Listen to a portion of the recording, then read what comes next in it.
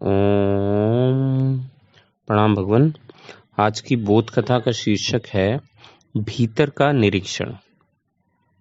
और बहुत ही सुंदर बोध कथा है भगवान। एस्किमो परिवारों में एक रिवाज है, ये जो एस्किमो परिवार होते हैं बर्फ में जो रहते हैं, कि एक फ्रेंच यात्री जब पहली दफा एस्किमो अर्थात ध्रुवीय देशों में गया तो उसे कुछ पता नहीं था। एस्किमो बहुत गरीब हैं, गरीब से गरीब हैं, लेकिन शायद उनसे संपन्न आदमी पाना भी बहुत मुश्किल है। तो उस फ्रेंच लेखक ने लिखा है कि मैंने उनसे ज्यादा समृद्ध लोग नहीं देखे। पता उसे कैसे चला? जिस घर में वह ठहरा, फ्रेंच आदत का उसे कुछ पता नहीं था। तो वो फ्रेंच जिस घर में ठहरा, वहां के आदत और रिवाजों का कुछ पता नहीं था कि यहाँ पे रिवाज क्या है, यहाँ का हिसाब क्या है। किसी एस्किमो से उसने कह दिया कि तुम्हारे जूते तो बहुत खूबसूरत हैं, और उस एस्किमो ने तुरंत तत्काल ही जूते भेंट कर दिए उसे। उसके पास दूसरी जोड़ी है नहीं एस्किमो के पास, लेकिन फिर भी भेंट कर दिए। बर्फीली जगह है, नंगे पैर चलना जीवन को जोखिम में डालना है, लेकिन ये तो सवाल ही नहीं है। फिर 2-4 दिन बाद उसे बड़ी हैरानी हुई कि वो जिससे भी कुछ कह दे कि ये चीज बड़ी अच्छी है, वो तत्काल उसे भेंट कर देता था। तब उसे पता चला कि एस्किमो मानते हैं कि जो चीज किसी को पसंद आ गई वह उसकी हो गई। उसने पूछा कि उसके मानने का कारण क्या है।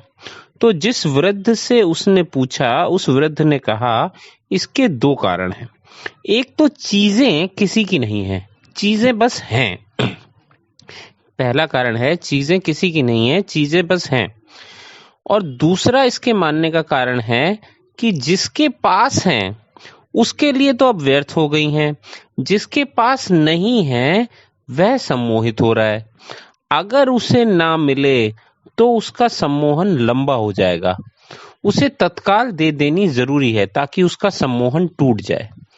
और तीसरा कारण यह है कि जिस चीज के हम मालिक हैं उसकी मालकियत का मौका ही तभी आता है जब हम किसी को दे देते हैं, नहीं तो कोई मौका ही नहीं आता। तो भगवान बोध कथा ये कहती है कि दान मालकियत है, क्योंकि जो आदमी दे सकता है वह यह बता रहा है कि वस्तु मुझसे नीची है, मुझसे ऊपर नहीं। मैं दे सकता हूँ, देना मेरे हाथ में है। और जो व्यक्ति देकर प्रसन्न हो सकता है उसकी मूर्छा टूट गई। जो व्यक्ति केवल लेकर ही प्रसन्न होता है और देकर दुखी हो जाता है वह मूर्छित है। त्याग का ऐसा ही अर्थ है। बोध कथा कहती है त्याग का अर्थ है दान की अनंत क्षमता, देने की क्षमता। जितना बड़ा हम दे पाते हैं, जितना ज्यादा हम दे पाते हैं, उतने ही हम मालिक होते चले जाते हैं। इसलिए संतों ने सब दे दिया है, संतों ने कुछ भी नहीं बचाया। जो भी उनके पास था वे सब देकर चले गए। अब इस सब देने में सिर्फ एक आंतरिक मालकियत की उद्घोषणा है। चीजों का होना आपको गृहस्थ नहीं बनाता, चीजों का पकड़ना, क्लिंगिंग आपको गृहस्थ बनाता है। तो उस हिसाब से ये एस्किमो तो सन्यासी हैं, साधु हैं। और जिसे हम यहाँ पे साधु कहते हैं, अगर उनके भीतर हम झांके तो वहां पे तो संग्रह मौजूद रहता है, बना रहता है, तो फिर वो ग्रस्त हैं। बाहर से आप क्या हैं यह बहुत मूल्य का नहीं है। बोध कथा कहती है कि भीतर से आप क्या हैं यह आपके अतिरिक्त कौन जानेगा, कैसे जानेगा। इसलिए बोध कथा कहती है सदा अपने भीतर पर एक आंख रखनी चाहिए, निरीक्षण की। तो भगवान भीतर का निरीक्षण सबसे महत्वपूर्ण बताया है।